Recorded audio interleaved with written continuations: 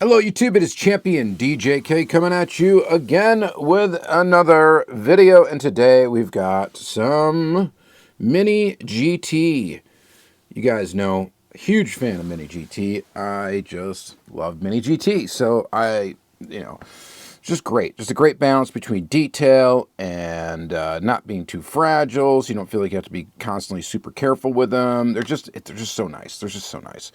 So I got kind of a weird little array of these here. So some of these, actually quite a few of them, I picked up at SC Diecast. I got to actually go visit there. I haven't been there in a long time, and they got a bunch of Mini GT on the wall there. So I grabbed some items that I did not have. So some of this stuff may not be new. I do have a couple of new items. There's this one, and that one. Those are pretty much brand new. These other ones might have been out for quite a while, but either way, we're going to go ahead and take a look at them today. We've got the Nissan Skyline GT-R, Tommykaira R-Z in Midnight Purple. So, pick that guy up. I didn't know if this was like a different tooling than the other GTR tooling. Oh, some thick plastic on this one. This is a Mijo exclusive. I'm sure it was available in international packaging too, but in Mijo, this was limited to 8,400 pieces, which is actually quite a high production number for typical Mijo exclusives. So they must have thought that this sucker was going to be popular. And let's check it out. So it's a Mini GT. It rolls. Metal on metal. Love the packaging. I explain it in almost every Mini GT video. I try to explain to you why I like this packaging, so we'll be brief here. But it's got a storage solution built right into the packaging. You want to store this car, you can put it right back in this box. And it's protected by that blister. And that is just the best, and every diecast brand should do that. As long as it doesn't make the cars too expensive. But this is just a great solution. I don't even care that there's not a window to see the car in. The other option is acrylic cases, right? Those are cool too, but I almost just prefer this style. All right, she rolls real well. We got some stuff on there. I don't know, some weird fibers of some sort. Got headlight detail, of course, inserted detail for headlights. The wheels look cool. You got inserted detail for taillights. Base is usually pretty basic on these. Also, the interior on these cars is typically black. Most often, the interior is black. There's a lot of like detail in the interior, but they don't typically like decorate it at all. And that's to cut costs, obviously, to keep these things inexpensive, I'm sure. When you get a convertible car, something like an open top, there will be more detail in there because you can see it. But in this case, it does not matter. Like, they do exactly what is necessary to make a nicely detailed model without having it to have to be either A, very fragile, or B, or both, B, very expensive. So Mini GT really is, it's hard to say that they're not one of the best bang for the bucks out there.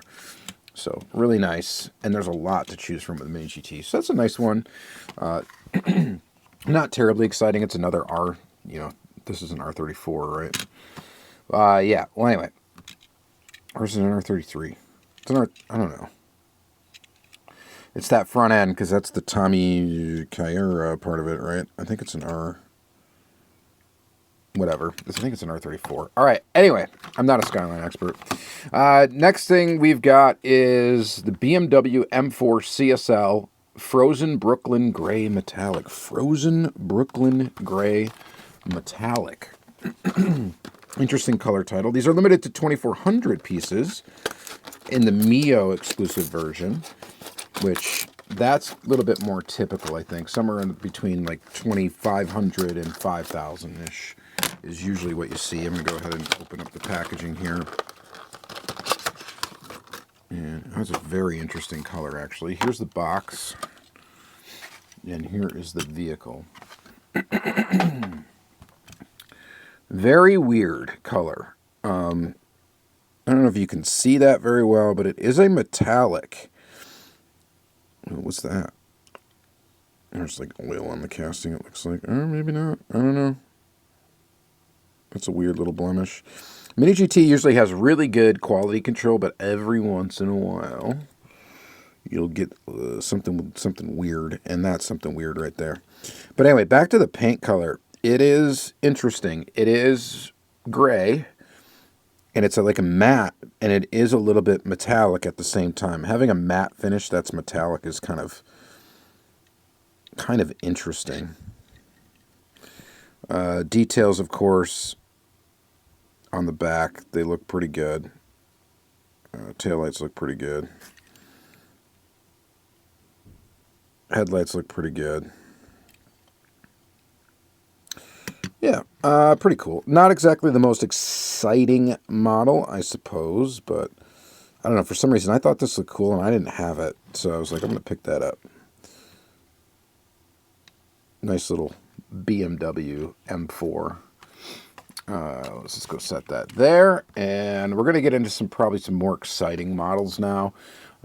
Let's go ahead and open up a Bugatti Centodieci, something like that. Centodieci in blue Bugatti. So this is pretty cool. This car is pretty neat. I mean, it's a Bugatti. This is limited to 3,600 pieces if you get the M&J Toys version of it.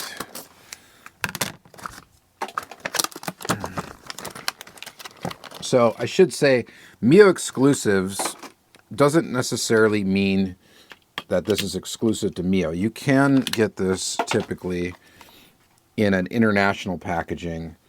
It's just they're the distributor to the US, which is why you get it with Mijo. Now, there are some region-exclusive Mini GT occasionally.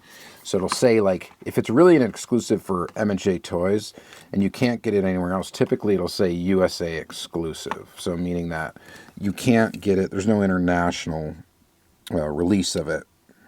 So just so you guys know. I don't typically care. Some people want the cars on a blister pack, and I think Mini GT is actually putting them out in blister packs now.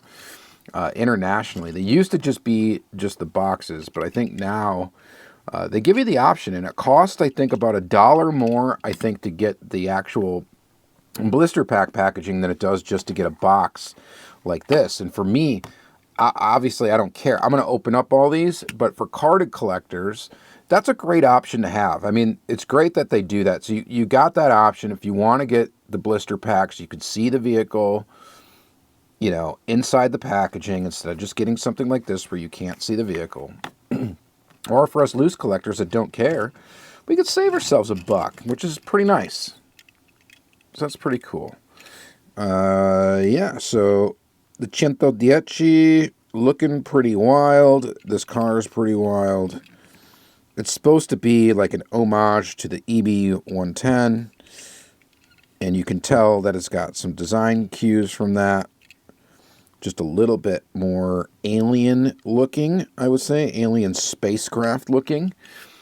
But very similar. I had to get it in the blue because it's like the blue that the EB110 came out in. In this one, that front wheel wanted to drag here for a little bit. I just fixed the tire, and now we're good to go. We're good to roll. So, pretty sweet little car. Pretty super. They do great job with Bugatti, making Bugattis. Pretty fantastic there. I'm saving the new stuff for last, so you guys are just going to have to wait. We're going to get into some yellow vehicles. I think this one might be somewhat new. It's a Liberty Walk, so LB Silhouette Works Lamborghini Aventador GT Evo in yellow. And I love a Lamborghini as opposed to Ferrari. So Ferrari's like a purist brand, right? They would never allow licensing on like a Ferrari with a body kit, right? They'd almost sue you for putting the body kit on there rather than license something. That's why and since Mini GT is always fully 100% licensed, that's why we haven't seen the Liberty Walk F40 come out as like a BBR or something like that. That, you know, BBR is another company that Mini GT produces for, and they do have a Ferrari license. So, but you'll never see it. But you'll see everything else Liberty Walk, because Lamborghini, you know, they'll still license this vehicle, as will Liberty Walk, and they don't get all, you know, looking down their nose at you. So anyway, very, very cool. This is a neat model, the Liberty Walk Lamborghinis. It's not the most attractive thing in the world from a car standpoint. It does look fast. It looks kind of mean. You know, I used to hate yellow cars, but I don't know. Now I've really come around to yellow being a cool color for a fast car. So kind of into it. Liking this. I think this is neat. And again, it rolls really nice. It's got all the details that you would want in this thing. And, you know, all the necessary details. The only thing, and I mention it also all the time, if they could maintain a rolling wheel like this, but give you the illusion of having a disc brake and caliper behind the wheel, especially for the ones that are open spoke like this, where you can really see through there, that would be the one detail I think that would be really cool for Mini GT to add on some of their models. It would not be necessary really on all of them. Like this, really, I mean, you can see through there, but it's not like super visible. But that would be the only thing, if they could put that in there and add that, and still maintain, you know, almost a...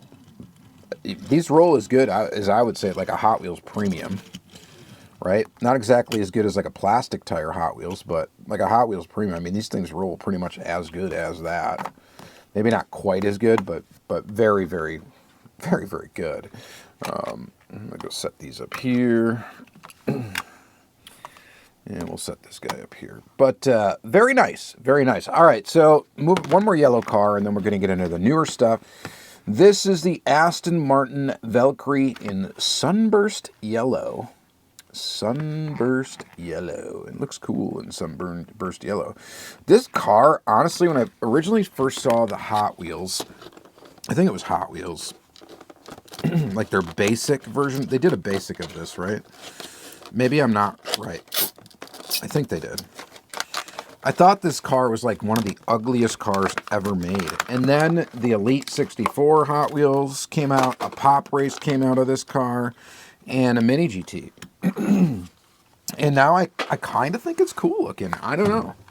Kind of come around to it a little bit. It's interesting how your tastes, you know, while sometimes at the core they'll stay pretty close to the same throughout your life, but they're, you know, every once in a while you start out really not liking something and then you kind of grow to like it. And this car, the way that this car looks, I kind of like now, and I just really hated it to begin with. The headlights are a little weird, kind of basic looking shape. But again, all the detail that you need, right, is here. That kind of faux carbon fiber. It's really cool. And there is some metal flake in this paint as well.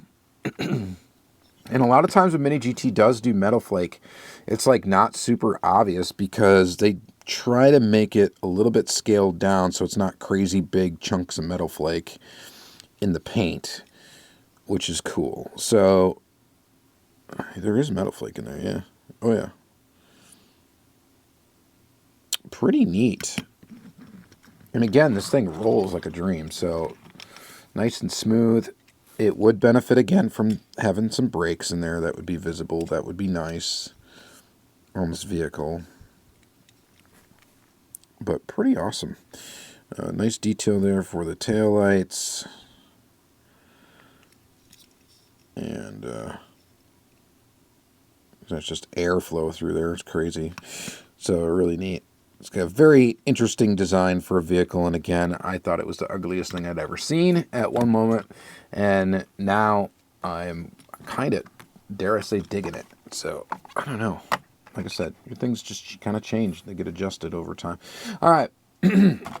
Last fully carded piece, and this is a Mini GT, so this is a blister pack one, but it's not an M&J Toys. It's not a Mijo.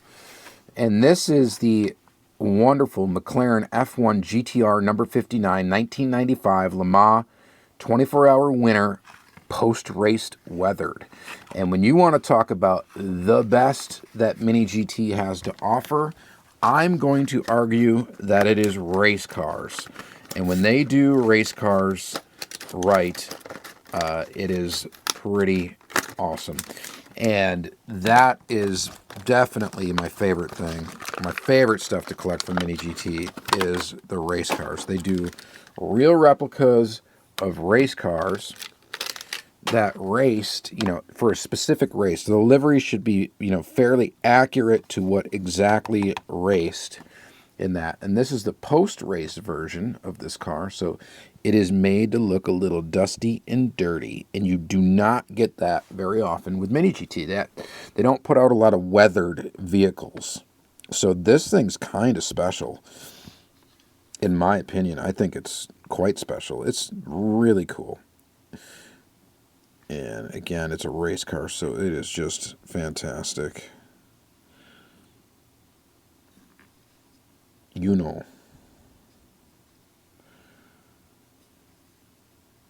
Post-race dust, brake dust, all sorts of stuff, whatever. I don't know. Is it brake dust? I don't know. It's dirt, grime, whatever. From racing. It's from racing. This is super cool. So I absolutely love this. I think this is absolutely fantastic. Huge fan of when they do race cars, and especially a McLaren, something cool like this, like McLaren F1. And the neat thing is they do race cars from different periods of time, right? Look at that. So this thing is beautiful. Let's go ahead and take a peek at this guy. So this is a Lotus 78, number 6, Gunnar Nilsson 1977 Japanese Grand Prix. Look at that. So again, 1977. This is 1995, 1977. And they also do modern F1 cars. They do rally cars. There's just a nice assortment of stuff from Mini GT if you like race cars. So they're not the most detailed of any other brand, but again, they have the details that matter at a price that's good, and at, they're not super fragile, so you can kind of roll them around your desk, do as you wish. There are some fragile bits and pieces here and there, but, it's nothing like some other brands that would make stuff very, very fragile. They're basically going to be static display only. And a lot of the other brands, too, that are really, really detailed, don't roll, so you can't roll it across your desk anyway. But this thing is sick.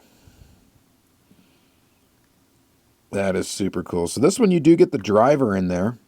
They will probably release this car, and they do that sometimes. They'll release the car without the driver. So you will be able to eventually get one. I don't think it's out now, but if you prefer not to have the helmet sticking out, you prefer it just to be the empty cockpit car, you will be able to get that, I believe, at some point, if it's not available now. At least that's typical. So pretty nifty, this one. It is kind of a mix of plastic and metal. This is metal here. The back piece with all the suspension and engine detail is all plastic. The body piece is all metal.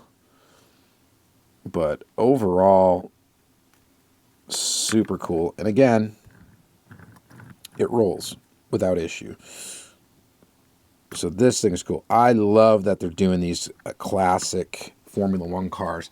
I think that is just fantastic, and I can't wait to get more and more of these. They've got some, there's some Senna ones coming out, a little bit more modern than this. Those are going to be really cool. There's just so much cool stuff coming down the pipe for Mini GT. Lots and lots of cool stuff. So stoked on that. This thing is, again, definitely a winner in my book. Pretty darn cool. Let's go ahead and just set it right there for now. And then lastly, we've got an Aston Martin DBS in Hyper Red. I just picked this up because I think it's a new tooling. I didn't have a version of it. And I do kind of collect mini GT in that way. I try to get like an example of almost any tooling that they put out or any car. If I don't really care for the car all that much, I will only get one, and I'll probably never buy it in another color again. This might be the case with this particular one. There is a chance that I won't ever buy this again in any other color. But we had to get it in Hyper Red, and like I said, I think it's a brand new tool.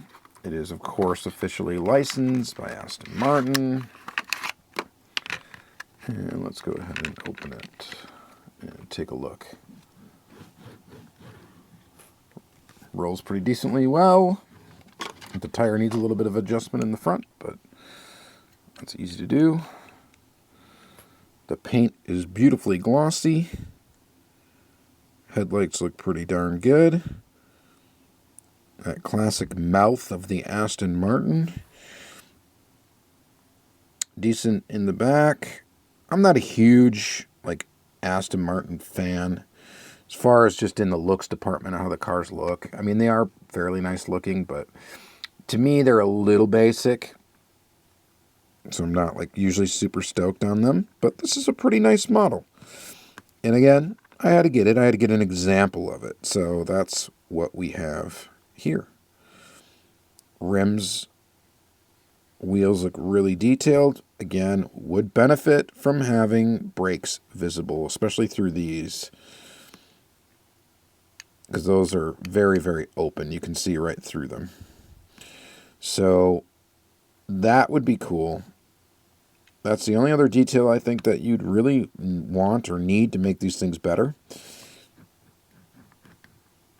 Very cool. All right, not bad. Not the most exciting finish here, but it's a nice car, and it's done very well. So lots of different stuff to collect with Mini GT. If you're into Liberty Walk body kit out crazy cars, if you're into hypercars, if you're into race cars, Formula One, if you're into just basic replicas of some nice sports cars, nice luxury vehicle, luxury sports cars, they're there for you. If you like some JDM stuff or whatever, they've got a selection of that stuff. There's a lot to collect from Mini GT, and it's all done very, very nicely, in my opinion. So, thank you guys very much for watching another Mini GT video. Of course, this will be in the premium/import diecast playlist, where I have all sorts of content of detailed vehicles. It's pretty much it's the biggest playlist I think I have on my channel, because that's the majority of the content we seem to be covering here nowadays. So go ahead and check it out. Check that stuff out. Thank you guys very much for watching, and have a good day.